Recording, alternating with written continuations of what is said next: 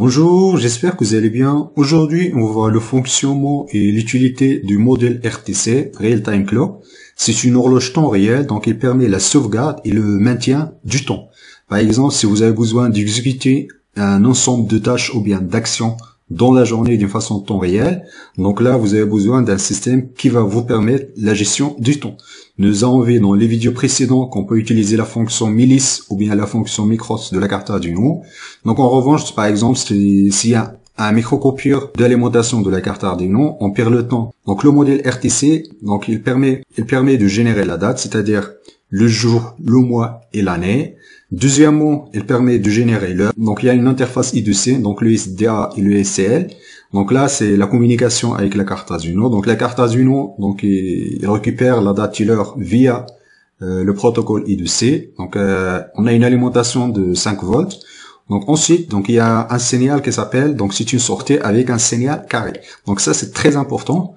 Par exemple, si vous avez besoin par exemple d'avoir un signal de synchronisation du modèle RTC. Donc on verra tout à l'heure comment configurer la fréquence de SQW. Donc de base, donc la plupart du modèle, donc il y a également ça, c'est un modèle RTC à base du quartz. Donc, il y a également des modules GPS. Donc les modules GPS, donc ils permettent également de générer le temps et générer également ce signal-là. Donc le square c'est souvent on l'appelle un PPS, c'est-à-dire un pulse par seconde. Donc c'est un signal carré avec une période de 1 seconde. Dans ce modèle-là, donc on peut varier la fréquence de SQW, soit on met un Hertz, c'est-à-dire on a un PPS, donc on a une impulsion par seconde. On peut également mettre 4 kHz, 8 kHz jusqu'à 32 kHz. Donc ça c'est très important. Donc cette carte-là, ça peut être utilisée par exemple pour la génération d'une horloge, la génération d'un signal carré. Donc on va utiliser le SDA et le SCL de la carte Arduino. Donc ça dépend de la carte Arduino. Donc ici, j'utilise une carte Arduino Mega. Donc c'est le pin 20 et le pin 21. Normalement, c'est marqué dans la carte Arduino. Donc, quand vous allez prendre votre carte Arduino, donc là, c'est marqué SCL. Donc ici, donc c'est marqué le SCL, le SDA. On va passer maintenant à la partie programmation. On se retrouve de la partie programmation.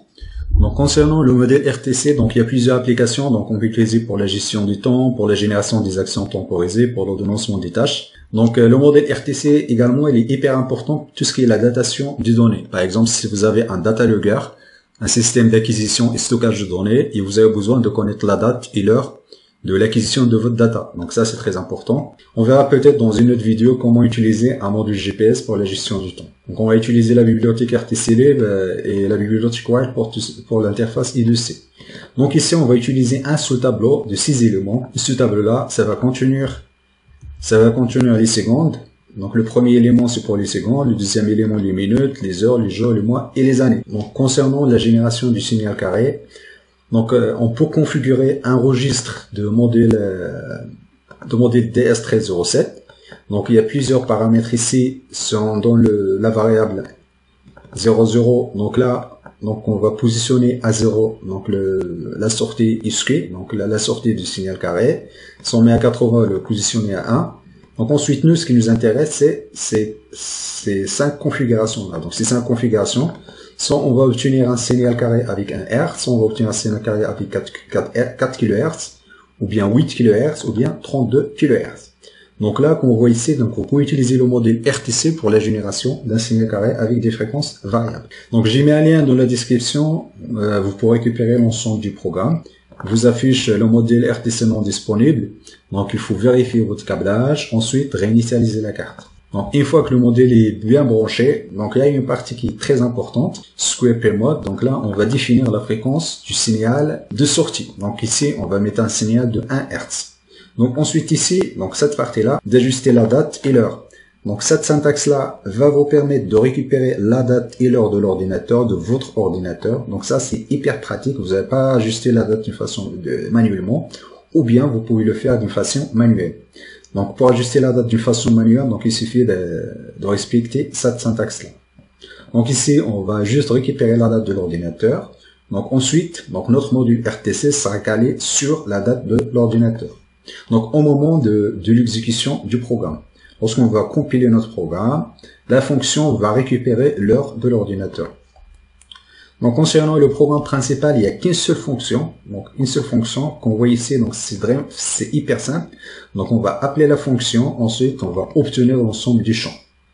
Une fois qu'on va faire appel à cette fonction-là, donc getDataHeure, donc ensuite on va afficher les champs. Donc ici, on va afficher le jour, le mois et l'année.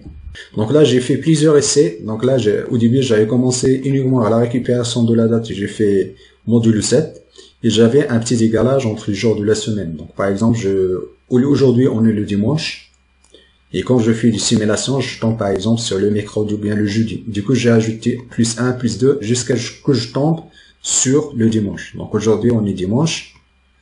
Le chiffre de 3. Donc ici, j'ai mis le jour plus 3. Donc ce 3 là, donc ça nous permet de caler donc le jour qu'on met aujourd'hui avec le calendrier du modèle. On va afficher les heures, les minutes, ensuite les secondes. Donc là, j'ai mis un lien dans la description. Vous pouvez récupérer la fonction qui va vous permettre d'obtenir l'ensemble des champs. Voilà. Donc là, on va compiler notre programme. Donc au moment de compilation du programme, donc le programme, il récupère l'heure de l'ordinateur. Donc là, je transfère le programme. Ensuite, j'affiche le monitor série. Donc là, aujourd'hui, on est le 24/1/2021, on est dimanche, on est 13h11. Donc, comme vous voyez ici, concernant le calendrier, donc ici, donc il y a un petit décalage, on sait, il y a quelques secondes de décalage entre l'horloge RTC et l'horloge de l'ordinateur. Donc ça, c'est tout à fait normal parce que dans cette partie-là, donc la date et l'heure, donc je le récupère au moment de compilation du programme. C'est-à-dire il y a un petit décalage au moment que je compile le programme. Donc là, lorsque je compile, je récupère l'heure. Donc lorsque je transfère le programme, ça prend quelques secondes. Donc le décalage entre l'heure de l'ordinateur. Voilà, ici c'est 13h19, c'est 13h25. Les secondes de différence, ce sont juste dues aux latences au moment que je transfère le programme. Donc on voit ici, donc là, donc vous pouvez récupérer, donc on peut récupérer les secondes, les minutes, les heures, les jours, les mois et les années. Donc ça c'est très important. Donc on va passer maintenant à l'observation. Donc on va observer le signal carré. Donc là j'ai mis une sonde d'oscilloscope sur le pin HQ, Square Wave. Donc là on va aller vers l'oscilloscope numérique.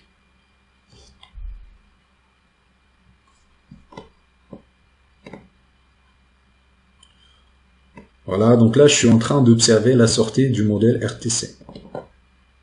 Donc là on va essayer de mesurer la largeur de l'impulsion. Voilà. Voilà, c'est à peu près une seconde. Donc il y a un petit décalage, une directe de quelques secondes par jour. Donc c'est pas parfait. En plus, donc le modèle RTC, donc ça va dépendre de la température parce que le quartz, donc le quartz, ça dérive avec la température. Donc on va maintenant changer la fréquence du signal ISQ. Donc on va configurer la fréquence par exemple à 4 kHz. Donc ici, on va prendre la variable qui correspond à 4 kHz ici. On prend celui-là. Ensuite ici, on va compiler. On va afficher le signal dans l'oscilloscope. Voilà, je change la base du temps. Je mets stop ensuite. Là, on va faire 1 divisé par 235.43. Donc c'est 4,24 kHz. Donc à peu près la fréquence de signal carré. C'est 4,24 kHz. Je mets un lien dans la description. Donc vous pouvez récupérer l'ensemble du code. Donc vous avez besoin uniquement de la fonction. Donc ici dans cette fonction là. Si vous avez besoin par exemple de récupérer le temps, donc il suffit de faire appel à la fonction, ensuite afficher les champs du tableau. Je vous remercie de votre attention et à la prochaine vidéo.